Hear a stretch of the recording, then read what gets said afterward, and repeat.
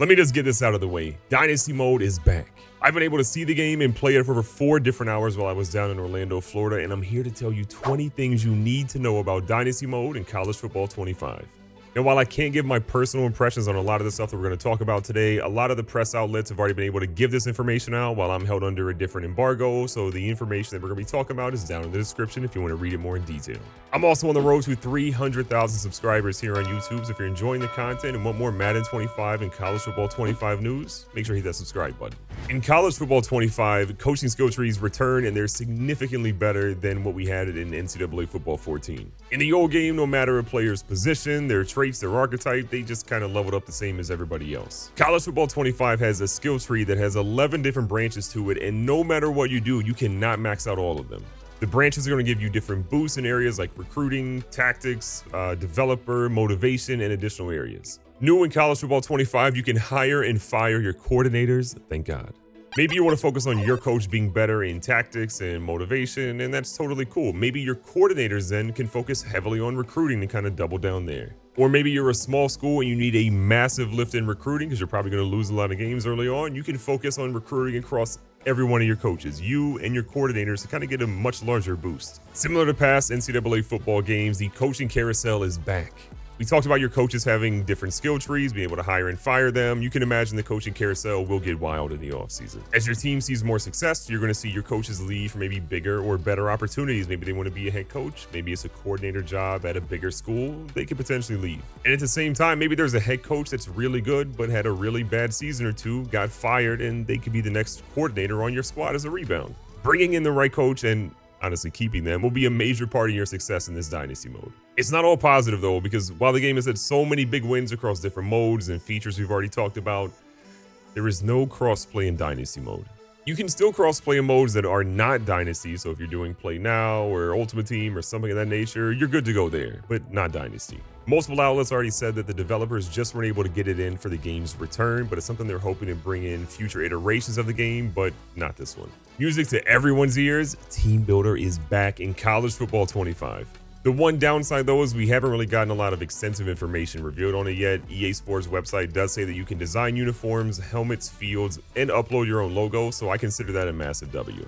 Team Builder teams can also be used in both Play Now and Dynasty Mode, but there's no word on the Team Builder website if it'll launch before the game or when it's really going to go live. It could be post-launch, could be day of, could be before. We have no idea. But to confirm, as long as your online dynasty has a password associated with it to make it sort of a private online dynasty, you can absolutely use the Team Builder team in your Dynasty Mode, online or offline. One of the biggest questions I've seen people ask is whether Dynasty Mode really has an NIL component to it. It's kind of all the talk in college football these days. The answer is a little weird because it kind of is, but it kind of isn't at the same time.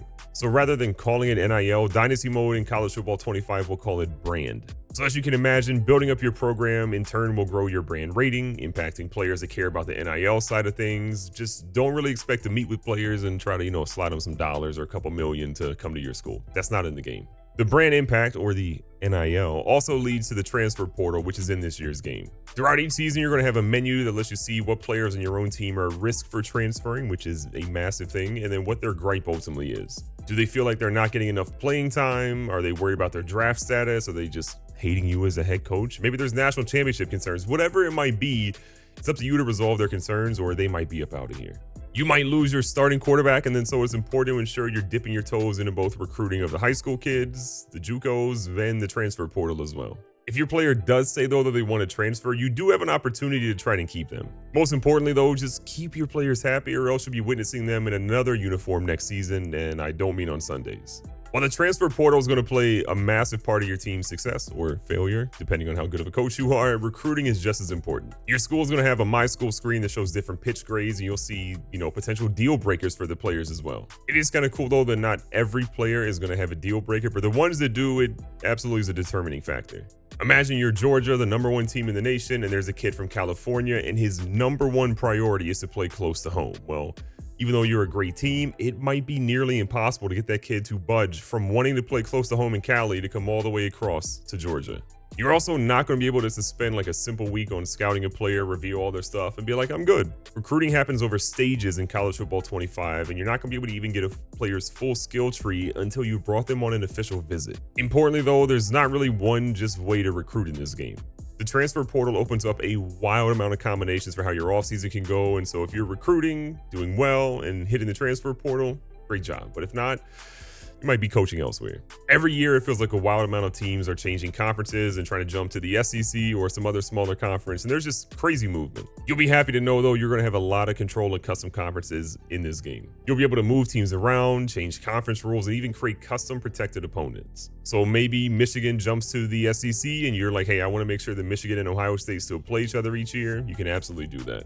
Or maybe you want the SEC to go to 9 conference games, and then you want the conference championship game to be played at the top-ranked team's site instead of a neutral site. You can do that as well. One small note, though, you cannot create a new conference from scratch. It's got to be one of the current conferences. You can kind of move around as much as you want for teams in there, but you cannot make a new one. Whether you're playing online or offline, custom schedules are also back in your control. Keep in mind, though, the conference games will still be locked, kind of like how you saw in NCAA Football 14. The game is using actual schedule rotations that you're going to see in real-life conferences, and they even have some of those crazy games scheduled in like 2032 and beyond. There's also a focus on annual matchups being played on the correct dates, so the rivalries are going to be played on the correct week that they would be played in real life. If you're screaming from the mountaintops, what about week 0 games? Well, they're also going to be in College Football 25. With that being said, they do not have a license for the stadium in Dublin, Ireland, so that game instead would just be played at a neutral site. Kickoff games, though, are a part of the game and are licensed, but they're going to be scheduled by the CPU. So if you're trying to take a team like UMass and put them in the Duke's Mayo kickoff game, that's just not going to be able to be done. A big change you're going to find in College Football 25 is around recruiting visits and kind of how they operate. Players lock in their teams in stages, and once they've gotten to the top 5 stage and locked in their teams, assuming you're one of them, which, might be difficult, you can then finally schedule them on a visit. Not only that, you can actually craft a visit that's really catered to that particular player and hopefully your school's strengths as well. You'll be selecting individual options to make sure that they have the best possible itinerary to make sure they're having a great time when they visit your school. The game that you bring the player in has significant weight too. You'll be able to see how particular wins or losses from a particular game might impact the recruit's opinion of your school. Losing to a top-ranked school might not hurt you as much as losing to like a Louisiana Lafayette. Good luck if you're trying to recover from that. CFB 25 will also have multiple announcing crews, so if you're playing a big game, a national TV game, a major important one, then you can expect to see Chris Fowler and Kirk Herbstreit calling your game. For the other games you play in Dynasty Mode, you can see Reese Davis, Jesse Palmer, and David Pollock out there as your announcers to really call your games, but you also will get special appearances from Desmond Howard and Kevin Connors as well. If you played a lot of NCAA Football 14 or even some of the previous ones, rebuilding a small school was like not that hard. The first season, you might struggle a little bit, but by year 2, you're getting multiple 3 stars, at least a 4-star to maybe even a 5-star if you're lucky. In College Football 25, plenty of the top recruits in the 4 and 5-star ranges will have smaller schools locked out with deal breakers. There's definitely a heavier emphasis on building up your pitch grades at your school just to even have the opportunity to land some of those big-time players. This goes for the portal, this goes for recruiting high school players as well. But once you do land them, there's also no guarantee you'll be able to keep them. So again, keep them happy, win some games, and just hope the transfer portal treats you kindly. I mentioned the ability to hire and fire coordinators in Dynasty Mode earlier in this video, but know that there are consequences if you fire a coach. Each coach is said to have a talent tree of players that are sort of, attached to them, and you can actually see where this will be in game. And these players can be extremely loyal to that coach. Since players are able to transfer at the end of every single season, just like in real life, they could choose to go with that coach to the different school they go to or elsewhere if you end up firing that guy. Maybe that coach sucks, but a player they've recruited might be worth just keeping around for a little bit longer. A small but great detail in my opinion is that if you move a school from one conference to another, their stadium, field, and jersey patches will be fully updated as well. So if you move Colorado to maybe the SEC, you see proper patches apply to every aspect of how that school shows up in the game. A topic that a lot of people seem to care a whole lot about is that there will be no coin toss in games you play in Dynasty Mode or really any other mode, except for like one particular instance. And to be fair, it's not something we really have in Madden either, but you can set your coin toss win and loss preference kind of within the game settings. The one area though that you can actually find the coin toss is that if you find yourself in overtime in College Football 25, you will get a coin toss that'll be able to make a decision on, but that's the only time. If you're a fan of rivalry games, you will be happy to know that every single rivalry game that features a trophy will be in the game with the proper trophy. And not just that, they motion captured every single celebration with the actual trophy, or sort of a mock of the trophy made out of wood, to make sure that they have a really cool celebration. While filling up your trophy case is really cool, I'm also happy to see that records are back. In College Football 25, they're gonna be featuring school, conference, and national records that you have a chance to try and take down, as well as a bunch of different awards that are in the game for your players to win. And lastly, this one hurts if I'm being perfectly honest with you, but you cannot export draft classes from College Football 25 to Madden 25.